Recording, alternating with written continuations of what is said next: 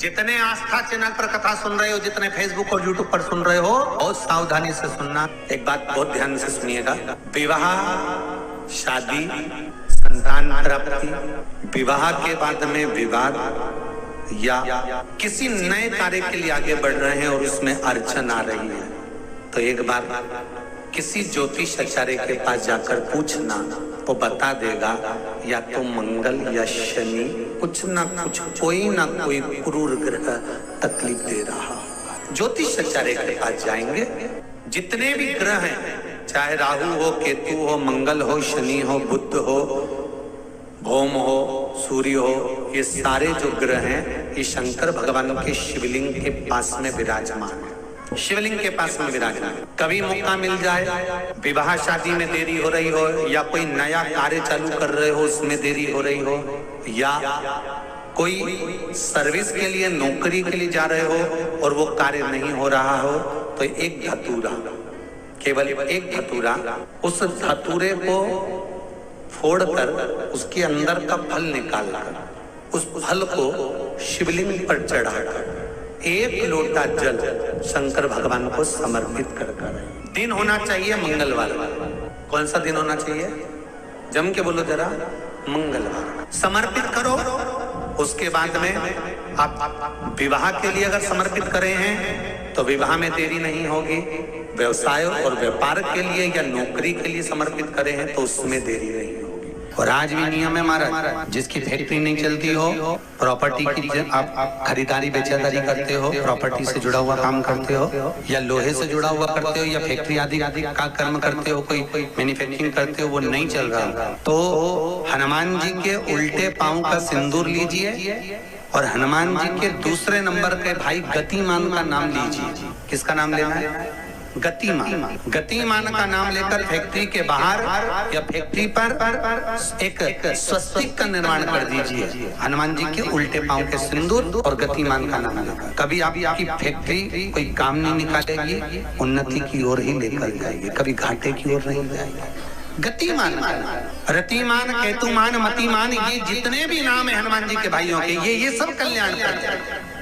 एक एक नाम कल्याण करते महाराज। वो जिन बच्चों को निमोनिया हो जाता है ना, वो सर्दी का कोटा रहता है, बहुत सर्दी बच्चों को बनी रहती है, तो हर दिन 5-8 दिन 10 दिन में वापस दौड़ के डॉक्टर के पास लेके जाओ, फिर डॉक्टर के पास ले। वैसे तो डॉक्टर के पास बच्चे आजकल के जमाने के जाते ही जाते हैं, हर 15 दिन 20 दिन में। तो यदि बच्चे को सर्दी ज्यादा होती है, निमोनिया ज्यादा होता हो, ठंडा का कोटा ज्यादा रहता हो, तो पीपल के 5 पत्ते महाराज उस पे घृत लगाकर हनुमान जी के तीसरे नंबर के भाई व्रतिमान का नाम लेकर, व्रतिमान का नाम लेकर बच्चे की छाती पर एक वस्त्र से उसको बांध दीजिए, रात्रि भर बंधे रहने दीजिए महाराज। बस एक बार बांधना, उसके बाद सर्दी का कोटा नहीं रहता महाराज, बच्चा स्वस्थ। हनुमान जी महाराज के जितने भी भाई हैं, सबका आनंद सुख चरणारविंद का सुख देने वाला। शरीर में कहीं पर भी अगर गांठ पड़ जाए, कोई गठान अगर शरीर के अंदर आ जाती है,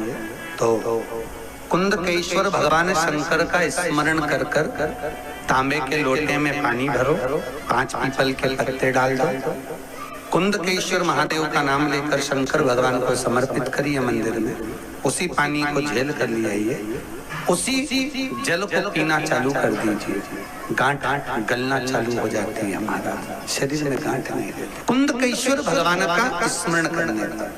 माता पार्वती ने विदल और उत्पल को जब कुंदुक का प्रहार करा, वही कुंदुक भगवान शंकर के चरणारविंद में जाकर पड़ा, तो शिव जी का नाम कुंदकेश्वर हुआ। और मेरा फिर निवेदन है आप सब संतान के लिए, औलाद के लिए, जब सब दूर से हार जाओ तो शिव महापुराण का कोई एक उपाय अवश्य कर कर देखना, आपको मिलेगी। वो शंकर किसी को खाली नहीं छोड़ता, आपको दिए बिना नहीं रहे। धन नहीं है, पैसा नहीं है, बहुत दुखी हो, किसी के पास मत जाओ, शंकर की चौखट पकड़ लो। प्रतिदिन शाम के समय शिव के मंदिर में दिया लगाना चालू कर दो। घर में तकलीफ पर तकलीफ आ रही है, कष्ट पर कष्ट आ रहे हैं, रोग पर रोग आ रहे हैं, बेलपत्री के पेड़ के नीचे शाम को दिया लगाना चालू कर दो। और ज्यादा कष्ट है तो बेलपत्री के पेड़ के नीचे घी का चौमुखी दिया लगाना चालू कर दो, 4 बाती। बहुत बड़ा कोई रोग हो गया, बहुत बीमारी आ गई है, घेर ली है, जा नहीं रही है, तो प्रयास करो, बेलपत्री के पेड़ के नीचे सरसों के तेल का और घी का दिया दोनों लगाओ और थोड़ी सी शक्कर बेलपत्री के पेड़ के चारों तरफ पटक किया जाओ। पर किसी पैसों के चक्कर में मत पड़ो कि लोग तुम्हारा धन और खा जाए और तुम्हें कहीं का ना चले। आज के जमाने में बहुत नौटंकी, बहुत नाटक, बहुत छल छिद्र कपट बेईमानी प्रपंच चल रहा है साहब। दुनिया में इतना प्रपंच फैला हुआ है कि जहां देखो वहीं पर लोग लूटने के लिए तैयार बैठे हैं। किसी के चक्कर में मत पड़ो, शिव के चक्कर में पड़ो।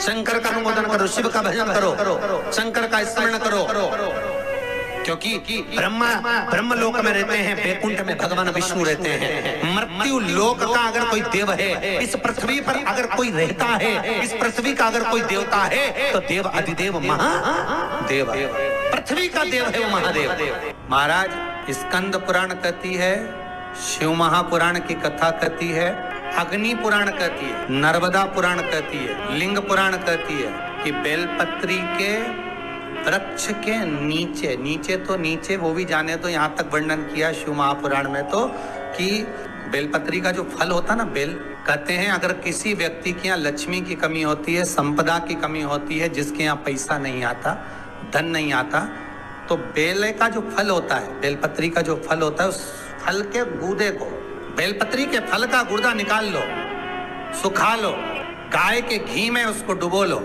माता लक्ष्मी के लिए अग्नि में आहुति दीजिए। महाराज शाम के समय पर सूर्यास्त के पहले ये जो आहुतियां हम बेले के गुर्दे के फल की गाय के घी में डुबोकर माता लक्ष्मी और भगवान विष्णु के नाम से देते हैं, महाराज लक्ष्मी की कभी कमी नहीं आती, संपदा बढ़ती है। एक प्रयोग और कर देखना, कभी अगर मौका मिले आपको तो प्रयोग कर देखिए। लिंग पुराण के अंदर लिखा हुआ है, शिव पुराण में, लिंग पुराण में और स्कंद पुराण में कहा गया कि अगर किसी ने बेले के फल का अगर थोड़ा सा भी गुर्दा पाया है, बेले के फल को खाया हो या बेल का रस पिया हो या बेल के फल का जूस पिया हो, अगर वो व्यक्ति का अनायास किसी कारणवश प्राण भी छूट गए हो, तो शिव महापुराण की कथा कहती है कि 27 दिन तक वो बेल के फल का रस उसके नस नस में रहता है, तो उस व्यक्ति को यम नहीं छूते,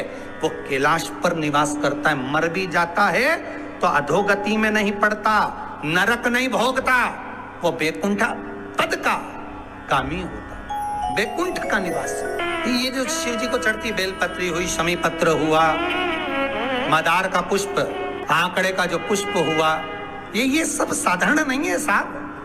शंकर का एक एक गुण तत्व ग्रहण करने वाले, शंकर का अनुमोदन करने वाले, शिव को एक एक वस्तु जो चढ़ने वाली साधारण नहीं। महाराज हम तो आपसे निवेदन पहले भी करे, आज फिर करते हैं। मान लो आपको ऐसा लगता है कि घर में बीमारियां ज्यादा घेर रही है, तो एक बेल का टुकड़ा, बेले का फल का एक टुकड़ा अपने ही घर में कहीं पर भी कटोरी में रख दीजिए, शिव का स्मरण करके। अगर थोड़ा बहुत रोग आ भी गया निकल जाएगा, बड़ी बीमारी में कोई फंस नहीं पाएगा, ज्यादा जनहानि नहीं।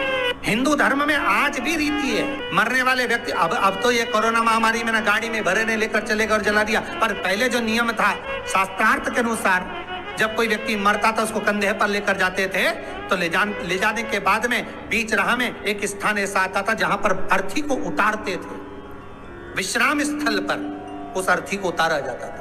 और वो केवल विश्राम स्थल ऐसे नहीं होता था, वहां पर बेलपत्री का पौधा होता था, पेड़ होता था, उस बेलपत्री के वृक्ष की छांव उस मुर्दे पर भी पड़ जाती थी, तो उसको यम की कैद नहीं भोगना पड़ता। इसलिए उस बेलपत्री के पौधे के नीचे उसको विश्राम दिया जाता, बेलपत्री के पौधे के नीचे उसको विश्रामता दी जाती। श्री शिवाय नमस्तुभ्यम, सब बोलिए एक बार जमकर, श्री शिवाय नमस्तुभ्यम।